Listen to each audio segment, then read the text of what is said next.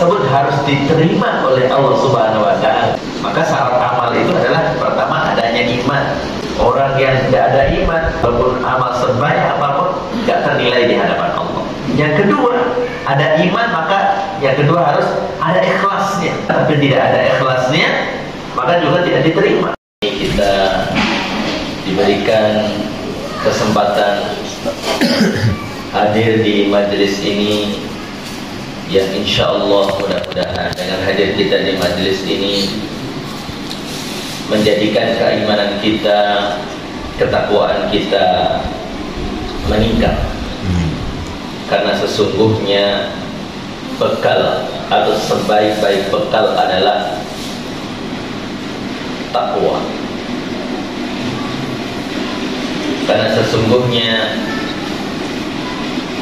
yang paling mulia di sisi Allah Subhanahu wa Ta'ala, atau yang paling mulia menurut Allah Subhanahu wa Ta'ala adalah yang paling bertakwa. Hari ini atau malam hari ini kita berada di malam ke berapa? Dzulqa'dah. Ini yang tanggalannya hampir mirip dengan tanggalan Masehi. Berarti tanggal 25, ya, 25 Dzulqa'dah. Dzulqa'dah sebagaimana kita ketahui bahwa Dzulqa'dah ini salah satu bulan dari 4 bulan yang dimuliakan oleh Allah Subhanahu wa Ta'ala, yang disebut dengan min ashhuril hurum. Berarti amal-amal di bulan yang 4 ini mendapatkan keistimewaan, dilipat gandakan pahalanya oleh Allah Subhanahu wa Ta'ala. Berarti 5 malam lagi atau 5 hari lagi kita akan memasuki hari-hari yang masuk dalam 10 hari pertama. Kalau Ramadan biasanya 10 hari terakhir, 10 hari atau 10 malam terakhir. Tetapi untuk Dzulqa'dah, Dzulhijjah, maka sebutannya adalah 10 hari pertama. Yang dikatakan oleh Nabi Sallallahu Alaihi Wasallam, tiada suatu amal yang lebih utama daripada beramal di hari-hari yang 10 Dzulhijjah ini. Bahkan sampai pahala jihad pun tidak bisa mengalahkan amal-amal di 10 hari pertama bulan Dzulhijjah. Illa, kata Rasulullah SAW, kecuali seseorang yang datang membawa harta jiwanya kemudian tidak pulang kecuali namanya, artinya mendapatkan syahid. Karena orang yang berjuang itu belum tentu mendapatkan syahid, masih bisa pulang sehat karena entah karena menang atau kalah. Tetapi ketika ia sudah mendapatkan syahid di medan perang, itu baru melampaui pahala daripada orang yang beramal di 10 hari pertama bulan Dzulhijjah. Nah, oleh karena itu ungkapan bisa karena biasa itu juga ternyata berlaku dalam hal ibadah kita. Saya punya kelompok tahsin online, umurnya rata-rata di atas 50 tahun. Jadi udah pensiun. Yang satu umur 62 tahun, yang satunya umur 60 tahun, kemudian yang baru gabung umur 45 tahun. Nah, itu online. Itu bacaan dari awal belajarnya itulah bacaan yang terbata-bata. Kemudian kita coba untuk berikan cara agar terbiasa membacanya, sehingga yang terbata-bata ini menjadi terasah dan akhirnya lancar. Alhamdulillah, Bapak yang dari Cirebon 61 tahun tadi itu rutin belajar setiap Sabtu pagi melalui dunia maya video call. Ternyata alhamdulillah mulai komitmen mulai dari awalnya 10 halaman setiap hari. Alhamdulillah kalau sekarang 20 halaman setiap hari itu sudah biasa. Nah, hasil daripada kebiasaan untuk merutinkan 10 menjadi 20 halaman itu juga terasa. Terbukti bahwa beliau layak untuk mulai menghafal. Karena bacanya sudah mulai lancar, akhirnya mulai menghafal. Mulai dari An-Nas, Al-Falaq, Al-Ikhlas, Al-Lahab, terus sampai sekarang sudah melebihi dari setengah juz dari belakang, dari juz 30. Bahkan hari ini berakhir sampai juz 26. Nah, sering kita juga mendengar ungkapan, ya sudah tua, kalau ngapal itu kepegang kepalanya, buntutnya hilang, atau buntutnya pegang, kepalanya hilang. Yang baru-baru gak hafal. Akhirnya kita buat cara kembali, bagaimana agar terbiasa mengulang hafalan yang dimilikinya. Akhirnya saya sampaikan, sekarang Pak Haji sudah punya setengah juz lebih. Berapa surat? Silakan dihitung. Nah, silakan dijadikan, nggak ada waktu khusus untuk mengulang hafalan. Nggak ada waktu khusus. Silakan kapan saja, sambil menunggu imam maju ke depan, iqomat maksudnya, bisa mengulang dari Al-Nas, Al-Falaq, terus sambil sholat sunnah dibaca, sambil sholat malam dibaca, sambil nunggu atau sambil berjalan, menaiki kendaraan boleh Tuhan. Alhamdulillah, ternyata 3/4 juz yang beliau miliki diselesaikan dalam waktu 2 hari. Jadi sudah berjalan 1 pekan ini, saya katakan bahwa insya Allah seperti Pak Haji dulu tadarusnya yang 5 halaman naik menjadi 10 halaman dan menjadi 20 halaman, maka menghafalnya dengan mengulang yang tadi ketemu 2 hari selesai hafalannya, yang lama itu diulang terus. Insya Allah nanti Pak Haji akan bisa membedakan hasilnya setelah 1 bulan. Pak Haji catat, jadi baru sepekan. Tetapi karena setiap kali pertemuan ada semacam ujian atau pertanyaan sambung ayat. Silakan disambung ayat. Bawahnya ma wadda'aka rabbuka wa ma qala, disambung. Atau silakan dibaca umpamanya dari awal surat Al-Fajr 5 ayat dan seterusnya. Nah, ternyata seperti itu pula bahwa kebaikan itu atau amal-amal itu perlu kita biasakan sampai kemudian nanti ketemu ritmenya, kalau bahasanya mungkin.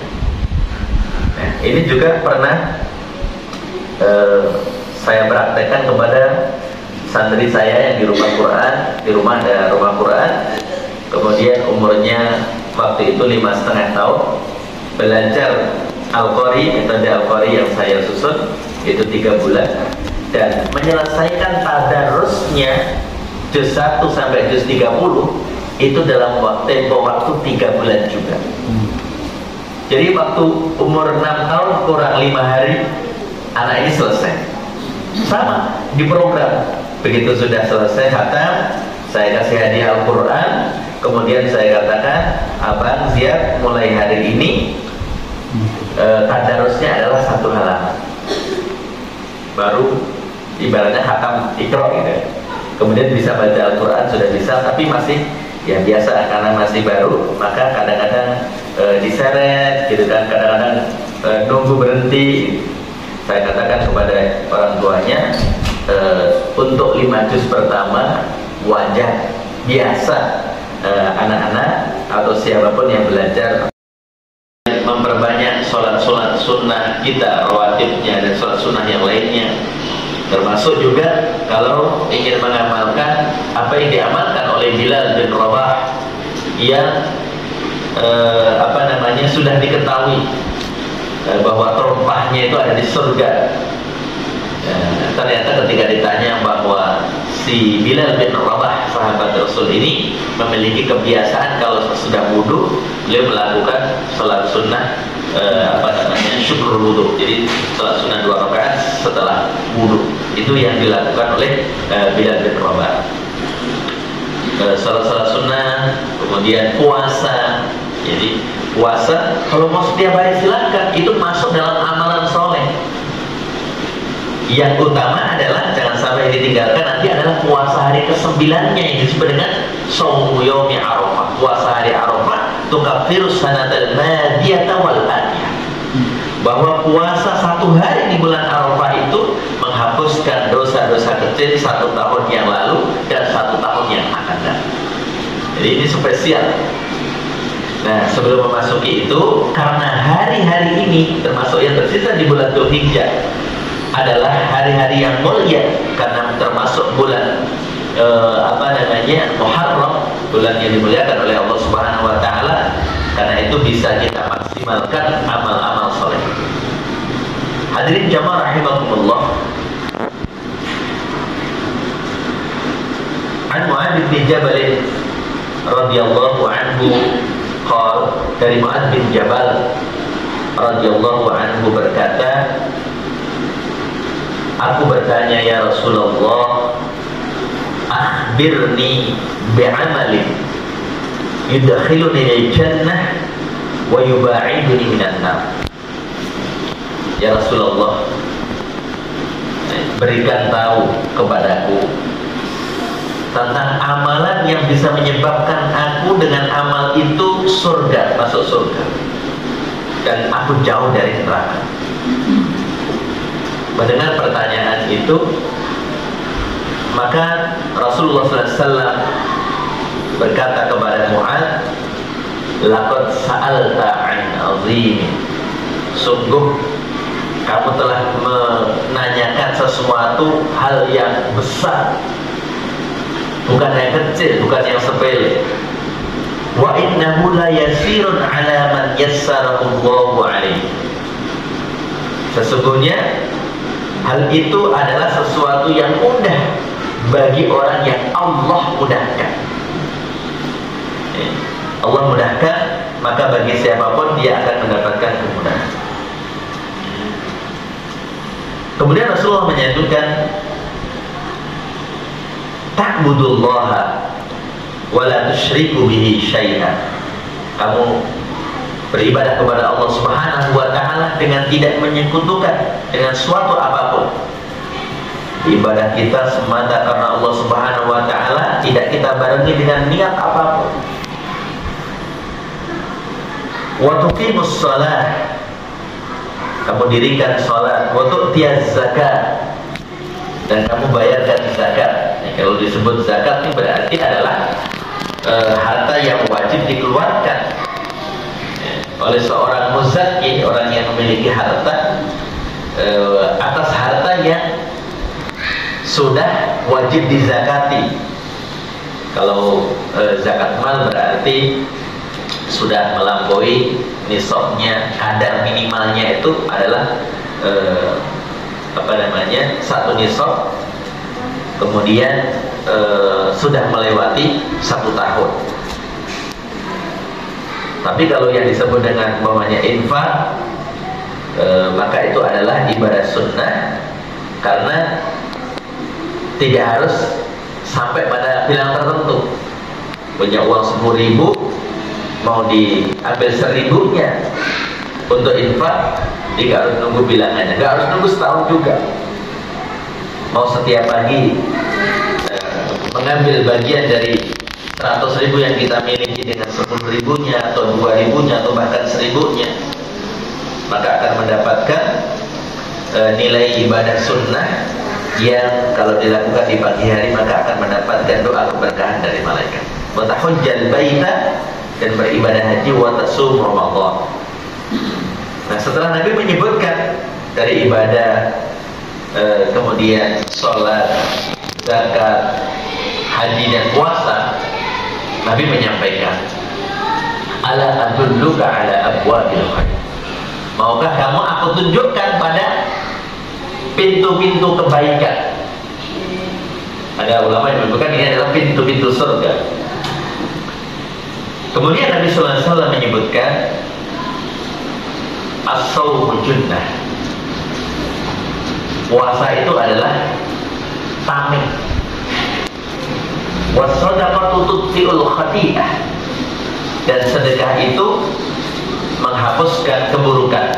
Karena yutfi'ul ma'an, sebagaimana air memadamkan api. Kalau ada api kita ingin padamkan adalah dengan air. Walaupun ada yang umpamanya memberikan beberapa contoh dengan anduk, tapi lebih efektif kalau anduknya adalah anduk yang dibasahi atau kain yang tebal yang dibasahi. Kalau penemuan yang baru siapa itu profesor siapa dalam bentuk kulit singkong yang itu bisa menjadi mematikan daripada api. Nah ini sedekah itu bisa memadamkan atau bisa mematikan, bisa menghapuskan daripada keburukan. Wa shalatul rajuli fi jawfil lail, dan salatnya seseorang di pertengahan malam. Salat berarti disebut salat malam. Bahwa amal perbuatan itu merupakan penyebab masuk surga. Dari kalimat atau dari pertanyaan tadi, akhbirni bi'amalin yudkhiluni al-jannah wa yubaiduni minan nar. Kabarkan kepadaku amal yang dengan amal itu aku masuk surga. Jadi amal merupakan penyebab seseorang masuk surga. Dalam firman Allah Subhanahu wa taala disebutkan, wa nudu an tilkumul jannatu urithumuha bima kuntum ta'malun. Dan diserukan kepada mereka, itulah surga yang diwariskan kepadamu disebabkan apa yang dahulu kamu kerjakan. Maka sabda Nabi SAW, salah seorang di antara kamu tidak akan masuk surga karena amalnya. Kan ada, bagaimana dengan sabda Nabi? Kalau artinya kalau kita sejajarkan ya, kita coba kompromikan antara bahwa seorang itu masuk surga karena amalnya, tetapi Nabi mengatakan bahwa salah seorang di antara kamu itu tidak akan masuk surga karena amalnya. Artinya adalah bahwa amalan semata tidak menjamin seseorang masuk surga. Namun amalan, ya ada penekannya di sini, amalan tersebut harus diterima oleh Allah Subhanahu wa taala. Ya, maka syarat amal itu adalah pertama adanya iman. Orang yang tidak ada iman, walaupun amal sebanyak apapun, tidak ternilai di hadapan Allah. Yang kedua, ada iman, maka yang kedua harus ada ikhlasnya. Ya, iman tapi tidak ada ikhlasnya, maka juga tidak diterima. Ya, ketika seseorang melakukan amalan, seperti di dalam beberapa riwayat disebutkan, ketika seseorang yang berjihad tetapi dia masuk neraka, dikatakan oleh Allah Subhanahu wa taala, iya, kamu memang berjihad saat di dunia, akan tetapi jihad maka kamu dikatakan kamu adalah seorang yang pemberani. Atau terhadap orang-orang yang bahwasanya Islam itu seperti bangunan yang tertata rapi, kemudian tegak di atas fondasi yang kokoh, yaitu rukun Islam, dan merupakan satu kesatuan yang saling terkait. Kalau dia melaksanakan secara utuh, namanya muslim. Kalau dia meninggalkan keseluruhannya, tidak melakukan apa-apa, berarti kafir. Mengabaikan sebagian, fasik. Melaksanakan pura-pura, yaitu munafik. Jadi seperti dalam beberapa ayat setelah ayat yang ke-6 dalam halaman yang kedua dalam surat Al-Baqarah disebutkan tentang sifat-sifat orang munafik. Kalau ketemu teman-temannya orang-orang yang sama-sama munafik, dia mengatakan, tenang aja, aku hanya pura-pura, aku masih bersama dengan kalian. Begitu orang-orang yang beriman, qalu amanna, kami ini beriman. Maka yang seperti ini adalah orang yang pura-pura.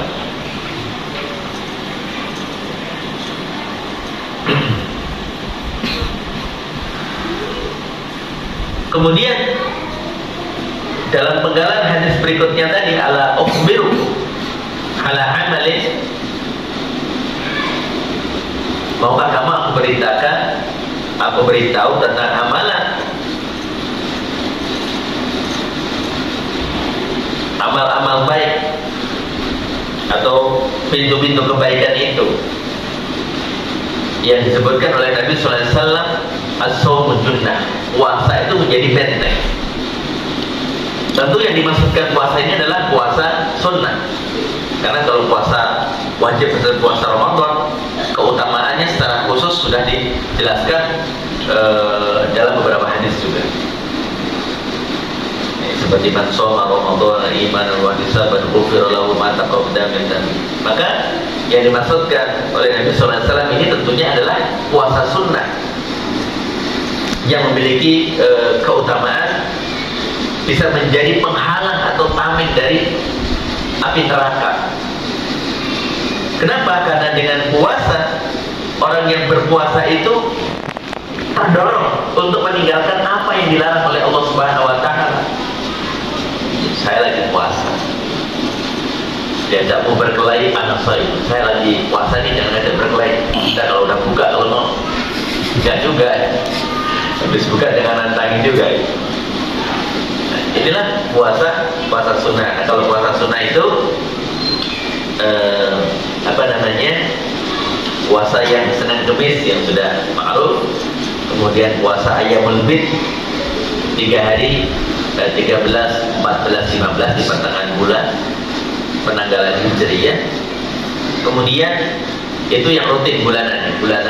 Kemudian yang sifatnya tahunan itu adalah yang puasa Arafah tadi, hari ke-9. Kemudian juga yang disebut dengan puasa Asyura, gitu kan, Asyura. Walaupun kemudian dianjurkan disertakan puasa dari hari ke-9-nya atau 10 dengan hari ke-11-nya. Itu tentang puasa. Kemudian kalau termasuk dalam hal yang sifatnya adalah tidak disebutkan secara khusus, maka termasuk umpamanya nanti di awal-awal bulan Dzulhijjah tadi, 10 hari bulan Dzulhijjah tadi, hari ke-10-nya jangan, karena hari ke-10-nya adalah hari Idul Adha, hari penyembelihan korban. Berarti amalan yang utama pada hari Idul Kurban, hari penyembelihan korban, adalah menyembelih hewan korban. Itu adalah amalan yang utama. Maka tentu tidak puasa. Kemudian was-shadaqatu tudfi'ul khati'ah. Sedekah menghapus puasa. Yaitu tadi sedekah itu adalah harta yang bukan zakat. Kalau zakat kan yang wajib. Kalau zakat fitrah itu berarti hanya tahunan, setahun satu kali di bulan Ramadan untuk menjadi penutup daripada ibadah puasa kita. Adapun yang lainnya, zakat harta, zakat perdagangan, atau istilahnya zakat penghasilan dan lain sebagainya. Maka sedekah ini berarti selain yang disebut zakat itu yang tidak harus dengan syarat tertentu, kapan saja mau melakukan maka boleh, berapapun mau dilakukan itu boleh, dimanapun boleh. Itu infak atau sedekah. Maka yang dihapuskan dari dosa-dosa kecil ini adalah dosa yang berhubungan dengan Allah Subhanahu wa taala, dosa kecil yang berhubungan dengan Allah Subhanahu wa taala. Kenapa? Karena kalau yang berhubungan dengan manusia, terkait dengan hak manusia, itu harus mendapatkan ridhonya. Harus mendapatkan ridhonya. Kemudian kalau dosa besar itu hanya bisa dihapuskan dengan taubatan nasuha. Afsus salam wa at'imut ta'am, kemudian wasallu bil laili wan nasu niyam. Jadi di antara yang disebutkan dalam riwayat itu juga adalah tentang qiyamul lail. Lakukanlah sholat di tengah malam di saat kebanyakan manusia sedang tidur. Biasanya memang yang menjalankan lebih sedikit daripada yang tidak menjalankan. Seperti umpamanya dalam surat Al-Isra wa minal laili fatahajjad bihi nafilatan lak, dan dari sebagian malam maka bertahajudlah sebagai ibadah tambahan, ibadah sunnah. Kemudian di akhir malam seperti dalam surat Az-Zariyat disebutkan, dan di akhir-akhir malam mereka memohon ampun. Wa bil ashari hum yastaghfirun. Kemudian Nabi SAW dalam hadisnya yang diriwayatkan oleh Imam Muslim menyebutkan, afdhalus salati ba'dal faridatu salatul lail. Sebaik-baik salat setelah salat fardu itu adalah salat malam atau qiyamul lail. Disebutkan juga dalam beliau bahwa qiyamul lail ini adalah kebiasaan daripada orang-orang yang soleh. Fa innahu da'bus sholihin. Dan qiyamul lail ini juga adalah merupakan bagian dari cara kita untuk mentakarrubkan atau mendekatkan diri kita kepada Allah Subhanahu wa taala. Terkadang kita merasa bahwa orang-orang udah nggak mau dengar lagi. Masih ada Allah yang maha mendengar. Kalau nggak ada lagi, kita merasa nggak ada lagi. Dan agama ini ada tiangnya. Apa tiangnya? Sholat. Wa imaduhu as-salat. Tiangnya adalah sholat. Maka sholat ini hendaknya menjadi perkara yang kita utamakan untuk bisa dilaksanakan sebaik mungkin. Baik itu dalam beberapa kondisi. Yang pertama adalah dilakukan di awal waktu, kemudian dilakukan dengan berjamaah, bukan hanya sekedar berjamaah, karena di rumah juga bisa berjamaah, tetapi kaum laki-laki hendaknya berjamaah di masjid atau di musala, sehingga dia mendapatkan keutamaan tambahan. Tetapi bagaimana agar fungsi daripada sholat ini benar-benar kita dapatkan? Dalam surat Al-Ankabut disebutkan, inna sholata tanha 'anil fahsya'i wal munkar. Sesungguhnya sholat itu mencegah yang keji dan yang munkar. Bagaimana agar fungsi ini benar-benar berlaku?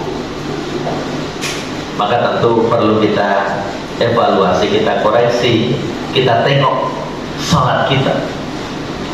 Bahkan mulai dari saat kita mau berwudu, bagaimana dengan wudu kita? Termasuk anak-anak kita yang sedang belajar, para pendamping, para guru, para ustaz, hendaknya memperhatikan betul, karena nanti akan menjadi kebiasaan. Berarti harus dari kecil dia benar wudunya. Karena sering kita masih mendapati anak-anak rajin juga ke mushola, ke masjid, tapi wudunya ternyata belum benar. Bajunya panjang, ya segini aja wudunya. Atau bahkan baju pendek pun dia wudu yang penting basah. Bahkan ada yang kiri dulu baru kanan gitu kan. Karena di antara sahnya itu adalah berurutan. Dari kanan kemudian ke kiri, dan kemudian sampai pada batas-batasnya itu sholat. Maka agar pelaksanaan sholat itu bisa sampai kepada fungsinya, memang tadi kita mulai dari wudu, kemudian dalam hal pelaksanaan. Dalam hal pelaksanaannya kita laksanakan juga sebaiknya. Barusan asar saya sholat di sebuah musola yang subhanallah imamnya ini kilap sholatnya, ngimaminya.